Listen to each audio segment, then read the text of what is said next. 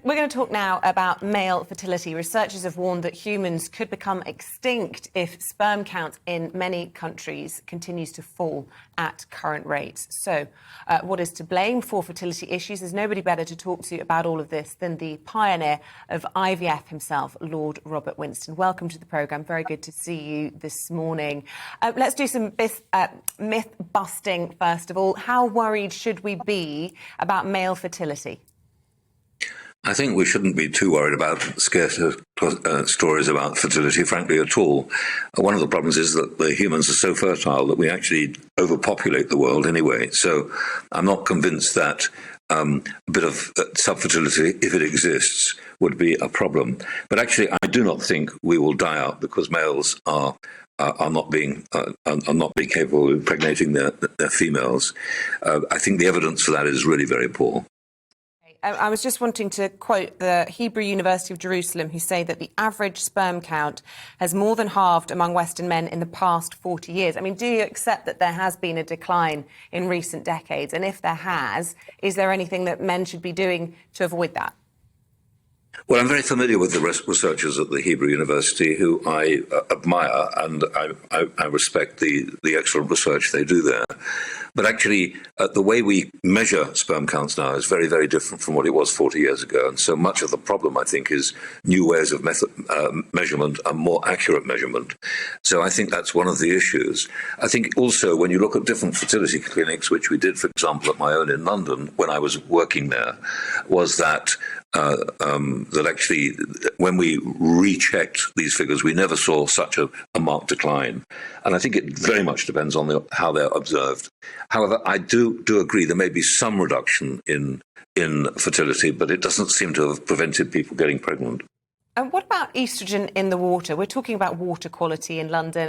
Stories about water all over the papers today. Yeah. And it's something, again, perhaps there's a myth, but obviously, your expertise is always very welcome on these issues. Should people be worried about the sort of oestrogen that's leaked into the water systems from female contraceptives? You mean through urine, of course? Yeah. Because that's how how these hormones will be excreted. Well, I have to tell you the truth. I've never actually tested lavatory water, and I don't know anybody who has. But it is true that certainly in many rivers and some other watercourses, we have seen estrogens which are probably phytoestrogens, which are or estrogens which are not necessarily human estrogens, which may come from, for example, plants, and also various waste which is tipped into water supplies. That probably is not a good thing, but then there are hundreds of different molecules which unfortunately are polluting our waters. We certainly should have cleaner water than we have. But whether, in fact, this really makes a difference to humans, it may do to fish, I think is unclear. I hope you don't mind me putting you on the spot, but I'm interested in your views, because it's such a hot topic at the moment, about what's been happening in the States with Roe versus Wade. We did an interview this week on this programme with a pro-lifer who was very much of the view that life begins at conception. And, of course, there are implications on that view in the IVF world. And, of course, if that is the view, then the destruction of fertilised embryos becomes highly controversial as well.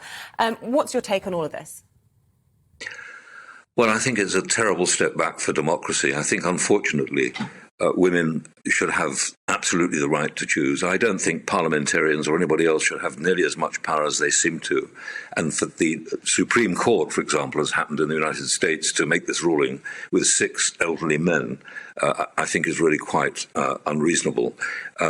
In my view, we should be much more aware that these things will continue to have these sorts of advances, have made a massive difference to populations and to women.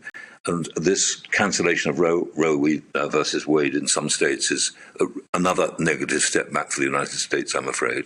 It won't happen here, I'm quite certain of that, but we need to make sure that people understand there's no such thing as life beginning at conception. Sperm are alive, egg are alive, and conception is only a moment of about 24 hours. And so, really, there is no one point in time when you can say a human is made. That is a general situation in all mammals, as, in fact, fertilization develops. Moreover, nature actually destroys most fertilized eggs anyway through natural processes. Not many naturally normal fertilized eggs actually survive and become babies. That's just one of the processes of the imperfect nature of human conception. Absolutely fascinating to get your views on that. Really appreciate you talking to us this morning. Thank you so much, Lord Robert Winston, Emeritus Professor of Fertility Studies at Imperial College in London, of course, pioneer of IVF. Thank you.